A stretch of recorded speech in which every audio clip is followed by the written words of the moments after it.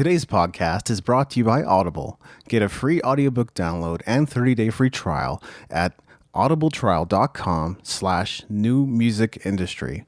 Over 180,000 titles to choose from for your iPhone, Android, Kindle, or MP3 player.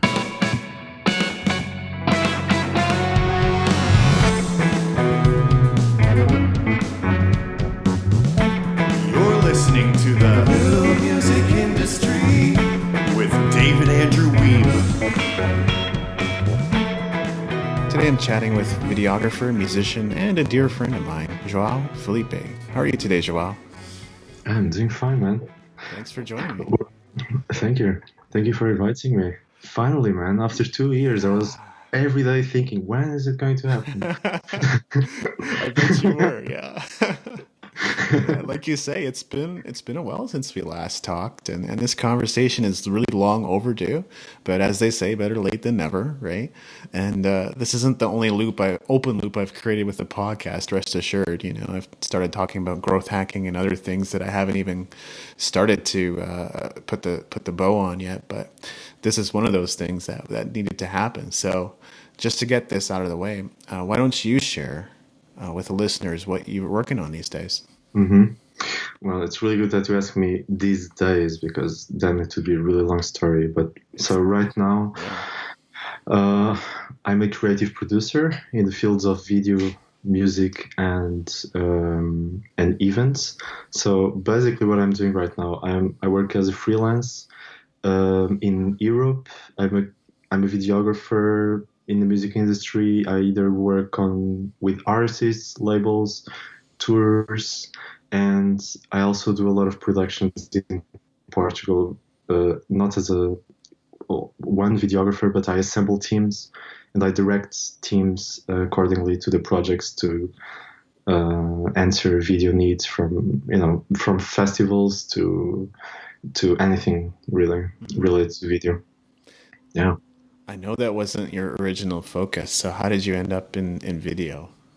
When I was a teenager, I was, I grew up with computers, so I had this time in my life that I was just experiencing as much as possible from the internet and from software. So when I was 15 years old, I already messed around with Photoshop, Sony Vegas, Cinema 4D, all kinds of the creative software.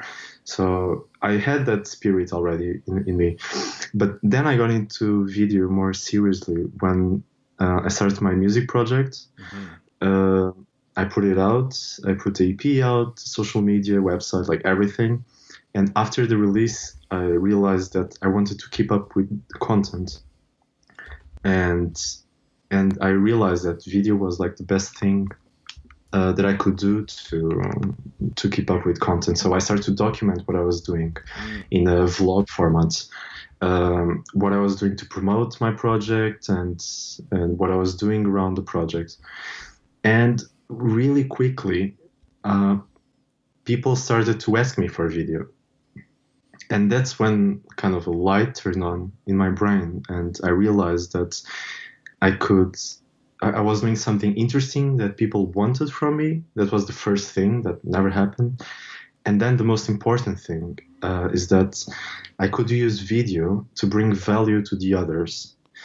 And in the way that I used video in a way to put myself in touch with the people I wanted, in the industry I wanted, with artists and labels that I wanted. Video was the way. Basically. So I was offering the first year as a videographer, I was just doing all this free work with all around Europe with several different people, projects, like completely different stuff. But it was, I was just planting seeds, basically. I was making sure that every work I did, no matter it was free or not, I was just putting all of myself into that. And I was just, doing the very, very best and a little bit beyond that to every project. And eventually it grew, people came to me again, and it was just a roller coaster of, getting better and doing more and more and more. And, as wild as it gets. Yeah. remember being very tech focused as a kid as well. I built my first website when I was 14, and it evolved pretty quickly from there into graphics and other types of content in other fields. So I like your story. I love that you chose video as the medium. I honestly think that probably is still one of the best ways for musicians to go these days. If you're great at writing, blogging's good. If you're great at speaking and communicating via audio, then podcasting might be an opportunity too. But yeah, there's something to video, and we all know that video is just huge right now on virtually any platform. Definitely. So I like that. And you had an early vlog too that you went right into the record label. You just knocked on the door and said, "Here's my CD," right? Oh, that's crazy. Yeah. And that's one of the many crazy stories, but it's really it seems like a really cliche story, and it kind of is. So basically, I had this music project. It was progressive rock, which is not very mainstream. Yeah.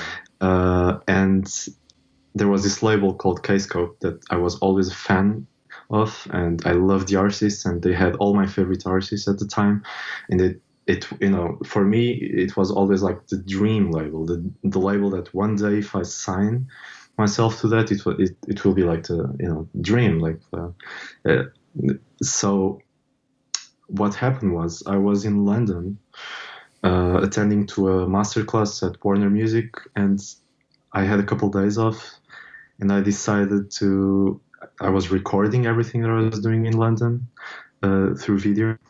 I decided to check Kscope. So I went to their websites and I realized they have the address there.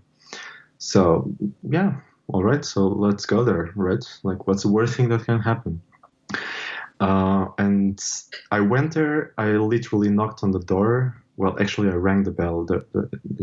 Not knocked on the door, but and I talked with the guy that first came downstairs. And when you see the vlog, it will seem like I was just there to promote my EP. But what really happened, it was really not what that. I was listening to a lot of podcasts and Gary Vee in particular, and I had this thing on my mind of free work, offer something, to the people that you want to get involved with. And that's exactly what I did. I went there with a focus of making it clear first that I love the label. I know all about the label, the artists, the podcast, the newsletter. Like I know the label. And second, I want to get myself involved with it. So I want to give you something for free. I will not offer, I will not ask for money. I just want to do something that is valuable for you, and I will not disturb. And while I did this, I recorded in video, and that's the funny part. So it's online, it's on YouTube. Yeah. And then I posted the video. It was like probably a really important video. I took like 2 months to edit. It was crazy. It was when I was first starting video. But they watched the video, they liked it, and eventually it made me connect with a very important person there, which is now my friend. And 1 year later, they got in touch with me out of nowhere. Wow. Basically, it was a 10 years anniversary of the label at Union Chapel with Anathema, Godsticks, I'm the Morning, and I'm so sorry, I'm not remembering all the artists, and they wanted me to make like a behind the scenes of the anniversary, and it was crazy, man. Like 1 year later, I had no contact with them, and they called me out of the blue to do this, and they wanted me to make a vlog out of it.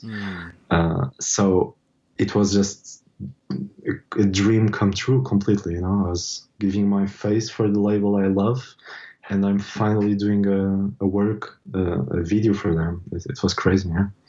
And you've basically been working with them ever since, right? Yeah. So I made that free video for them as I promised. It's called Behind 10 Years of Kscope, and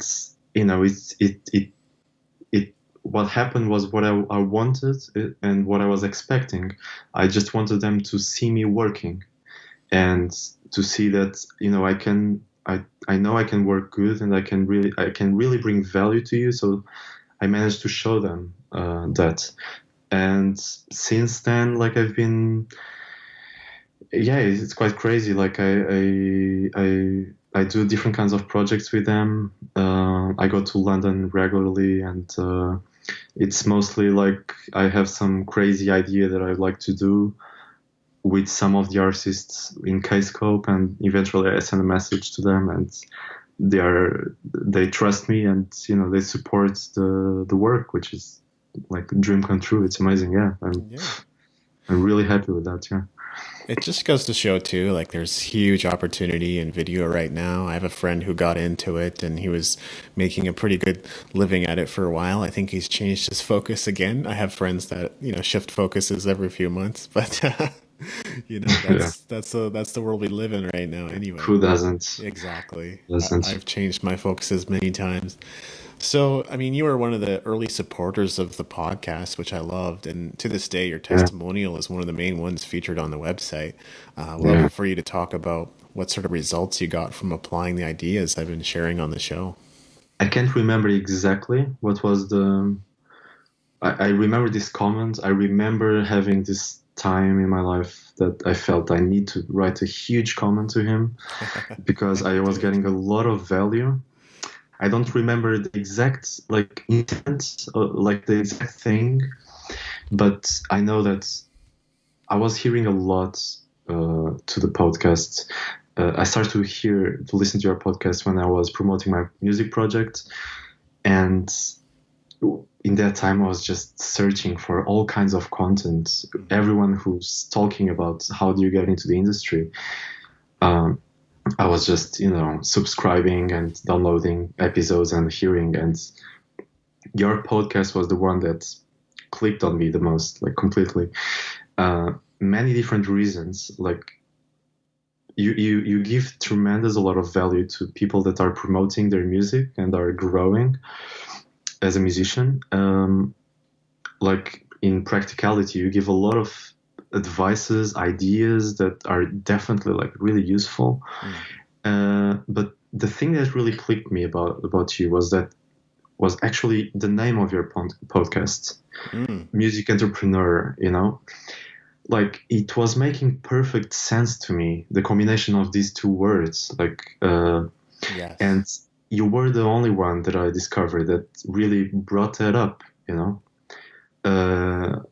And I found that amazing, like, because as a musician right now, as an independent artist, you have to be entrepreneur. Like, there's no way around that, you know. Yeah.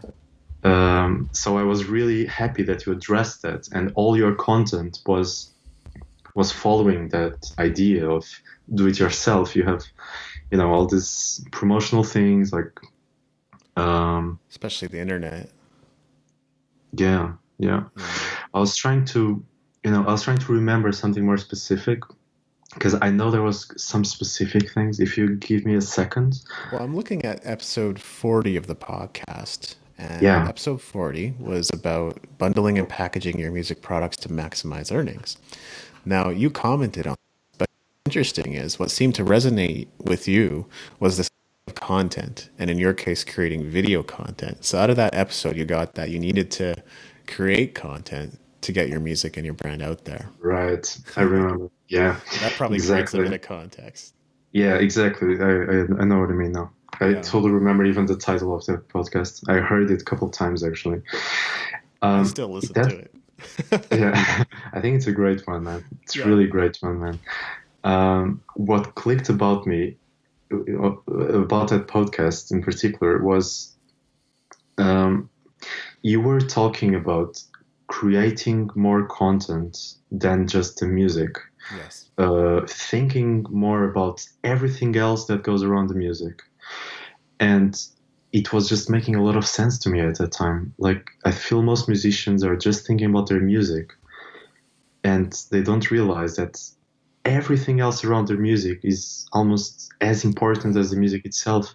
All the social media stuff, all the, you know, packaging, all the all the content that comes with the music, that's tremendously important. And what I realized in that time, and when I listened to you, it was like a confirmation of everything that I'm feeling. Like it was the first time I was hearing it like addressed, was that I don't know if this idea comes directly from your podcast or not, but that's the thing I came up at the moment.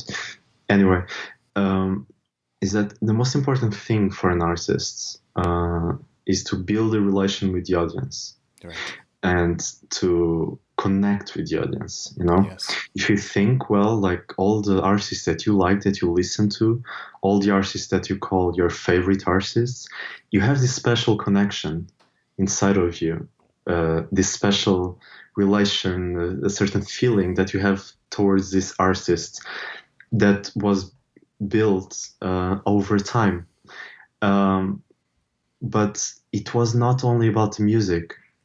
If you think, well, like if it's usually it's related to everything else that you're going to see around this artist, First, normally, like you like the music, something calls you out, but then you're going to dive. And when you dive, it's when you're going to consume everything else. And that's usually when you connect. And that's why I thought it was so important to, have the music in place, but then just have everything else also in place, like all the social media, YouTube, video content, like photography, texts, the website, everything else is, I feel it's very important because, Huge. Once you connect to your audience, to one person, then that person will follow you and is really connected to your work and will support you.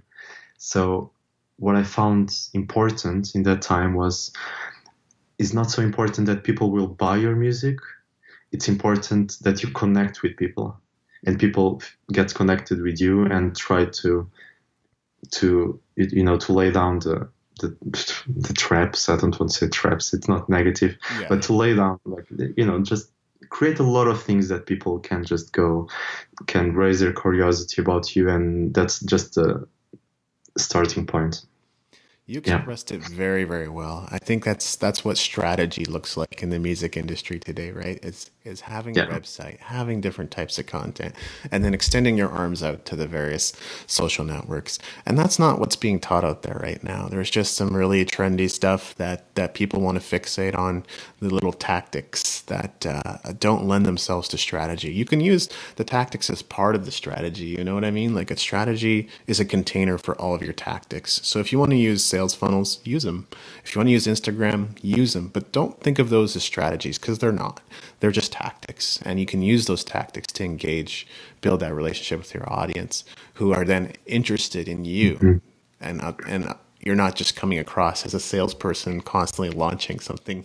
Mm-hmm. Right? So it can be about tactics. I mean, you have to feel the tactics. It has to make sense, like true sense to you. It's not just about, oh, I found this tactic, let's use it to get. No, man, this doesn't work. I mean, you have to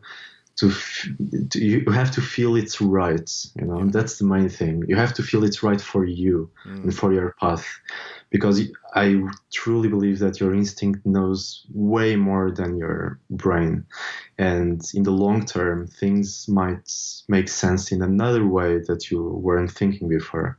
So I truly believe in this and instinct. I like what you said about the music entrepreneur connection as well, because I'm pretty sure I felt the same way when I kind of stumbled upon this idea. And since then, I wouldn't even say since then, there are other players in this space that are musicpreneur or music entrepreneur kind of focused.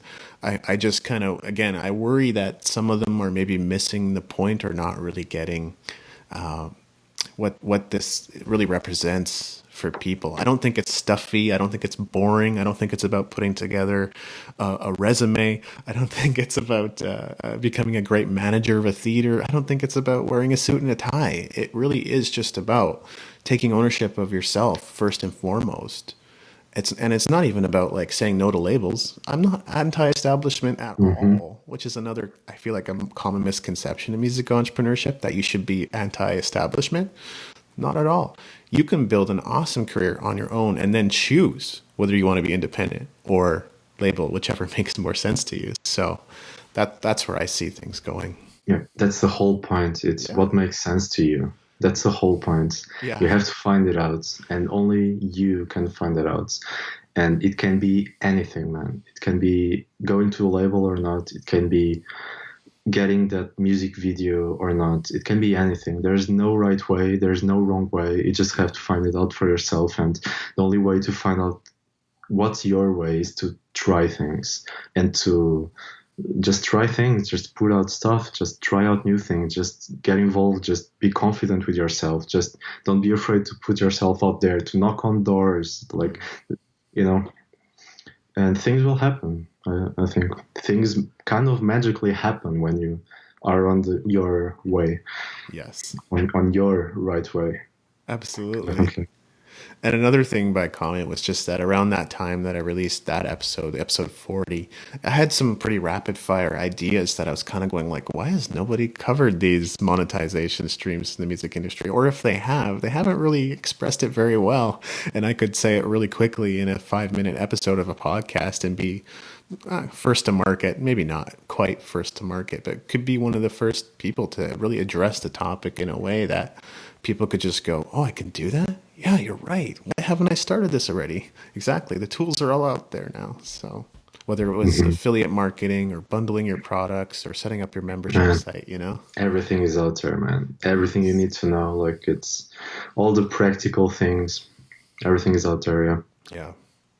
So over the years, you've provided me with some great feedback on my content and products, and you've shared your thoughts with me on this before, and you were earlier before we started recording as well. Books and courses, not really your style, coaching more your style, Yeah. but say more about that. What is it about coaching that you find beneficial, and what sort of coaching would you personally be looking for?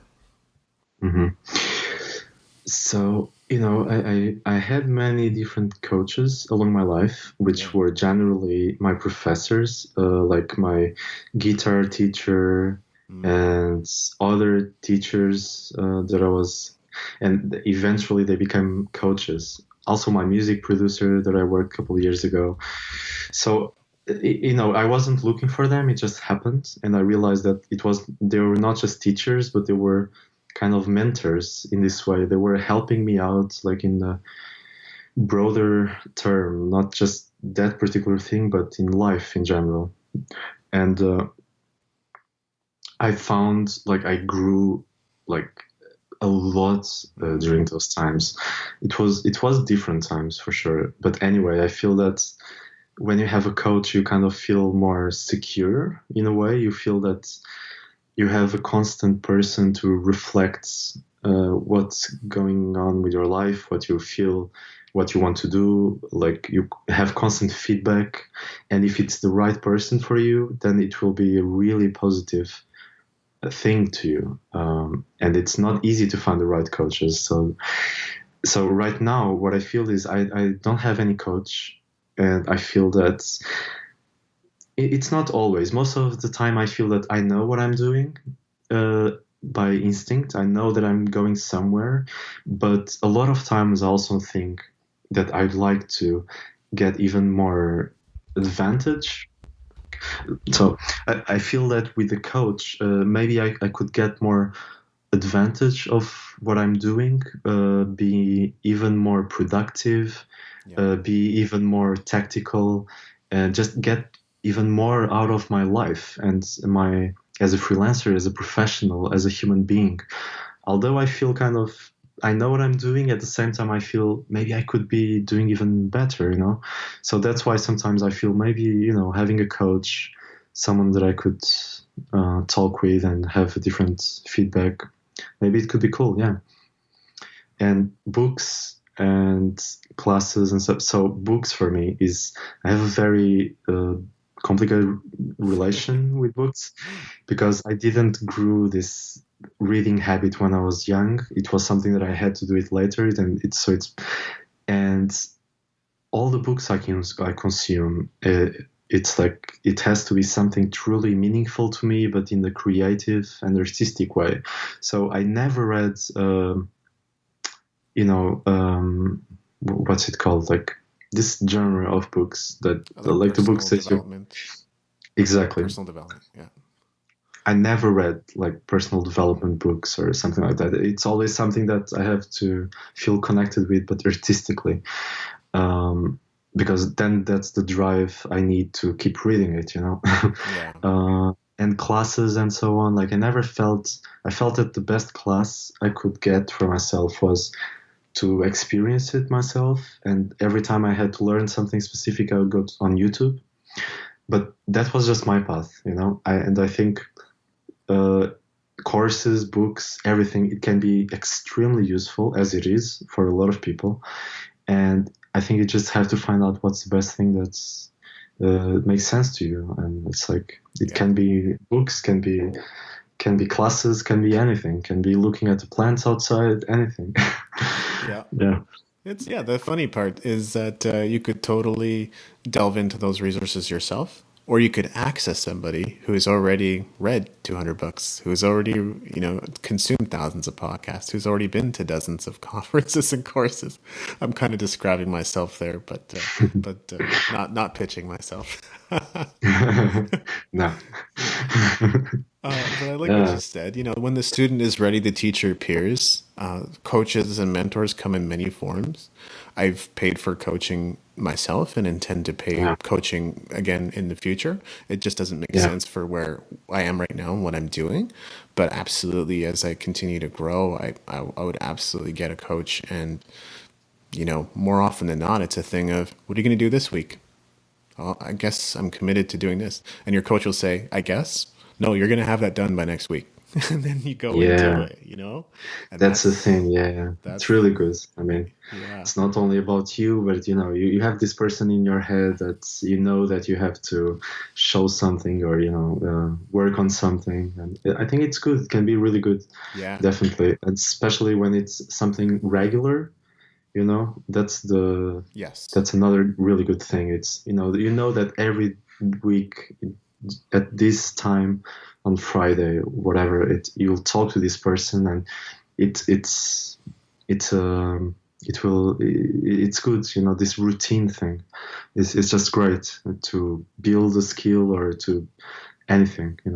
yeah, When I was learning guitar, if I didn't have a professor that I would go like every week, I would never have learned guitar. Like, routine is good, and having someone associated with a routine that you have to kind of explain yourself to in a way. Yeah, I think it can be really good, definitely. Yeah. yeah. I'm going to keep developing my coaching program. It is available and people can find it on my website at any time. And there's some content that prepares them for potentially being a coaching and collaborative relationship. As you know, not every student is the right fit. Not every teacher is the right fit. So Yeah. that's always the thing to suss out before getting into that relationship. And the other thing that you said about guitar teachers, I was just kind of going like, whoa, like I'm now super present to the 3 or 4, maybe even 5 guitar teachers I've had over the years, and how grateful and thankful I am to them. Like in this moment, I'm very present to that. So I don't know if any of them are listening, but here on the podcast, I'll say Yeah. thank you, Jason, Yeah. thank you, Sean, Thank you. yeah, Thank you in general to teachers. That's exactly, great. yeah, it's not Yeah. easy work at It's all. great. Yeah. So, this is an opportunity to talk about the industry more generally, which I know you've gained a much broader perspective on now. We see things are changing fast, and the big three's gambit with streaming services seems to have paid off. I'm now hearing reports about popular artists who are thriving and in today's ecosystem, and even executives who are saying, money's just rolling in. So they're like signing artists and spending on artists and so on and so forth. Doesn't seem like things have changed a whole lot for independent artists. The status quo kind of is holding. Artists are Yeah. making about Yeah. the same. But what are your thoughts on this? Oh man, things are just wild. It's like, I think, with internet, and it's like, there's a lot of people saying this already, but it's just the truth. Like 50 years ago, the only way you could access music was through LPs, and it was very very difficult to get, certain LPs, certain artists. It was really difficult. It was very limited, the access you had. And now it's exactly the opposite. And now it's like it's an avalanche. It's like snowball of everything, of content, of people trying to get attention. It's like and at the same time, anyone can put content out, and it can be visible to anyone in the world almost. And it's a completely game changer. And I think, it creates a lot of opportunities. It creates a lot of difficulties. Things just changed, but I'm pretty positive about this time, because I feel it's just an amazing time. If you find your focus in the middle of the chaos, and if you shut up all the exterior voices telling you what you should do or not, if you find your thing, if you have to, when you find your thing, then you thrive. And then if you use internet in your favor, can be YouTube, can be Instagram, can be anything. If you use that in your favor, and if you find your right way to use that in your favor, man, you're going to thrive, because it's just it's accessible. It's just about if you're good or not, I think, and if you put out in the work, and if you are a good person, which is something that is not really talked much, but it's really important in the industry. Like, even if you are a musician or a videographer, like a freelancer in any creative fields, being a good person people are not talking about it enough, man. It's like, that's really important. Yeah, man, it's really important. It's like, I can give you a couple fast examples about this. Like, when I'm working in big structures, for example, when I was working in music festivals and brands that I was hiring people, or I was trying to look for people to get hired for teams and stuff, like the first people you remember about are the people that you had a good experience with. It's not necessarily it's really not necessarily the people that made the greatest video or the greatest video. It's way more about the relation you had with that person. And sometimes it's not the person that made it the best video, it's the person that was the most kind, the most easy to talk with, the most understandable, the most flexible.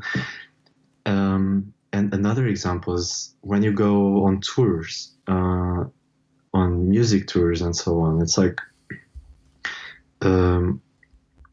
you have to be a good person to keep healthy in the tour. It's like, when you are in the tour, you are in a very specific capsule.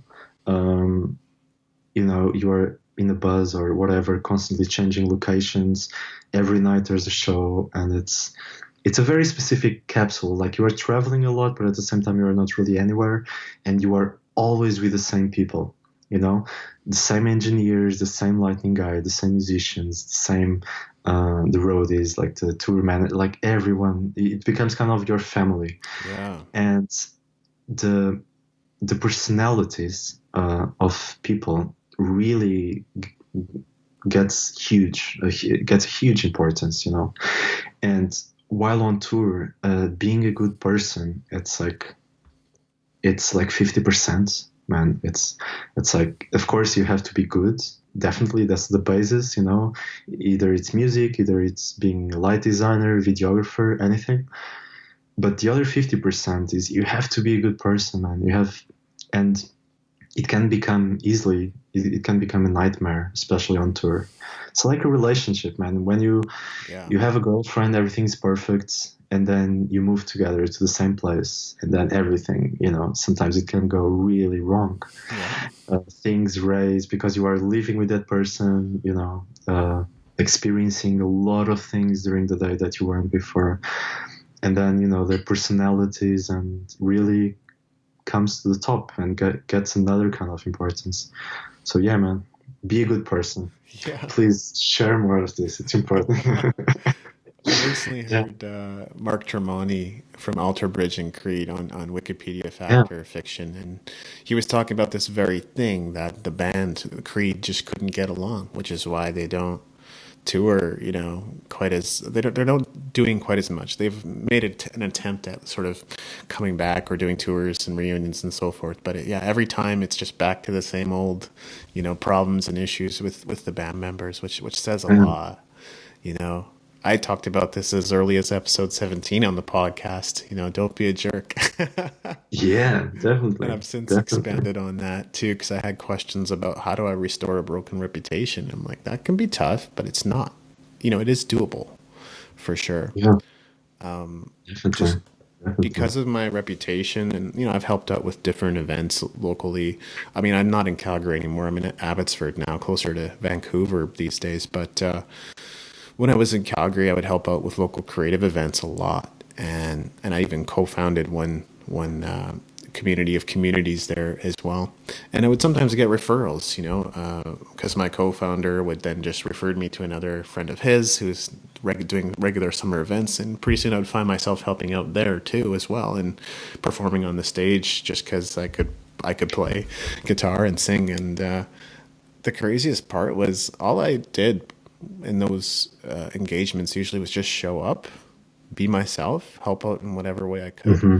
and somehow they would still come away going, "Wow, David's just amazing." And I felt like I didn't do anything. I didn't even feel like I contributed Yeah, anything. man. But they would go like, Yeah, "Wow, David, yeah, this is so good to work with him." I'm like, "Oh, cool." So yeah, your like, presence. Yeah, yeah, I wasn't a jerk, and and I guess my yeah, presence was supportive. yeah, So. yeah, And the other point definitely. that you said about you can certainly find your fan base out there. Like whenever I really solo music, it's for fun. I do other professional engagements for money, for supporting other artists or whatever it might be. But when I do solo work, usually it's for a lot of fun. And I did a synthwave track a few years ago. It's called City Lights, Yeah, and I think yeah. I think it I heard went. it yesterday, Oh, you actually. did? Interesting. Yeah, I heard it. I was talking to you, and then yeah, let's search David Andrew Weaven. I came to that song, and I was listening. Had this beautiful flashback, this 80s kind of Yeah, yeah. Stranger Things kind of vibe, It's this. supposed to have that vibe, yeah. Yeah, it's really cool, man. And I think to this day, it's one of my most streamed tracks. It may not be like massive amounts of streams, but it's by and far one of my biggest contributions out there, and it's got played a lot in Europe. I think it even charted in Europe somehow, but Oh, on the iTunes store. Yeah. that's great. So this has been a great conversation, Joe. Is there anything else I should have asked or touched on? Oh, I have no idea, man.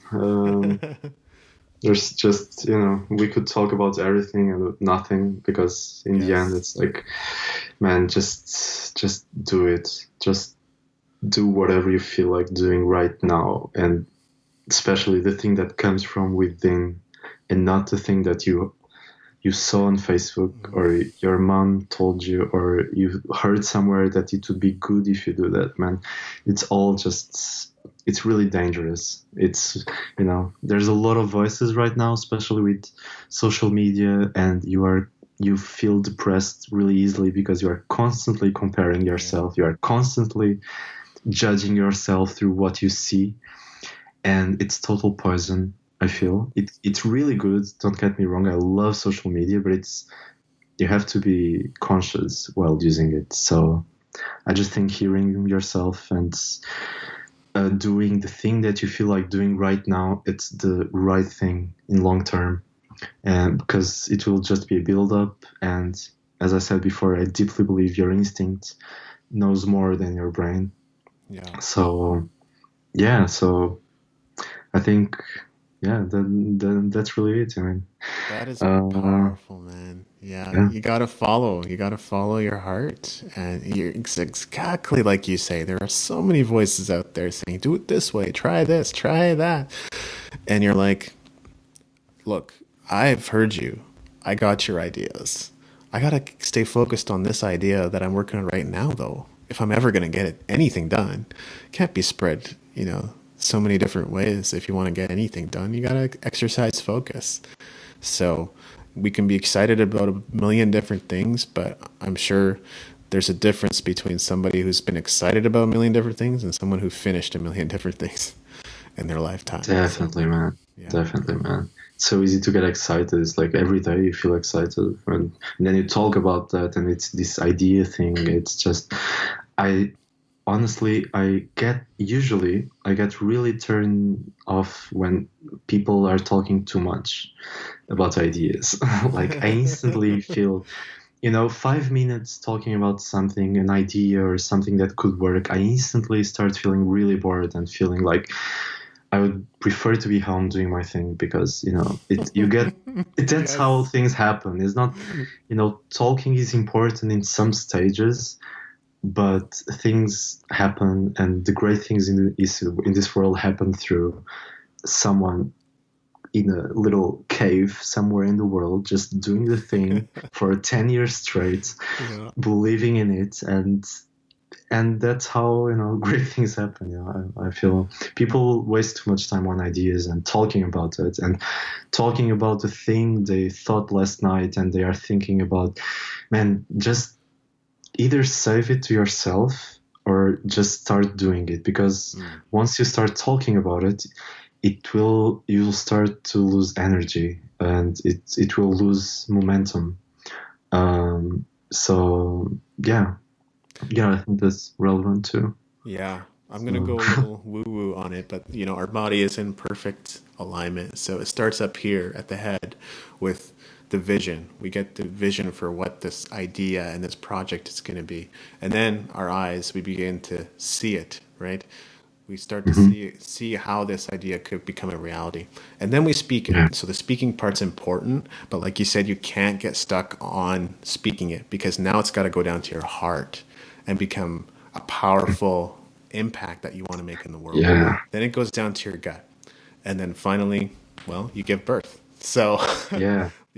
your body's in perfect alignment, but you got to follow that trajectory. You can't stop at talking about it. Now you got to feel it. You got to feel the That's difference cool, that's man. going to make. Yeah. Never thought it that way. Yeah, basically you should keep your mouth shut so that it goes from your eyes to your throat. That's Yeah. right. You got it. Yeah, that's great. That's great. That's Awesome. great.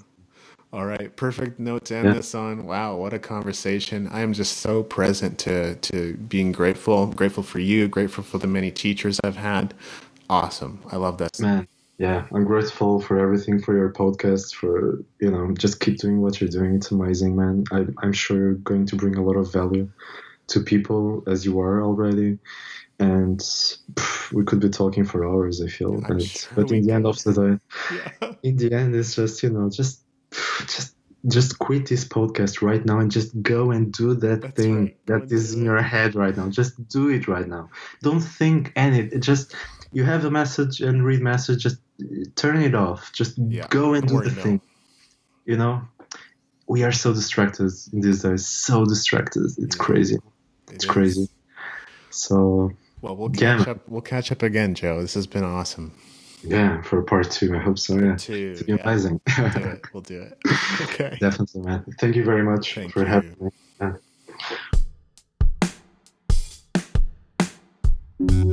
Thank you for listening. Music in this episode was brought to you by Brian Young. Wherever you're listening to this right now, please consider leaving a 5-star review and comment to help us get the word out about the podcast.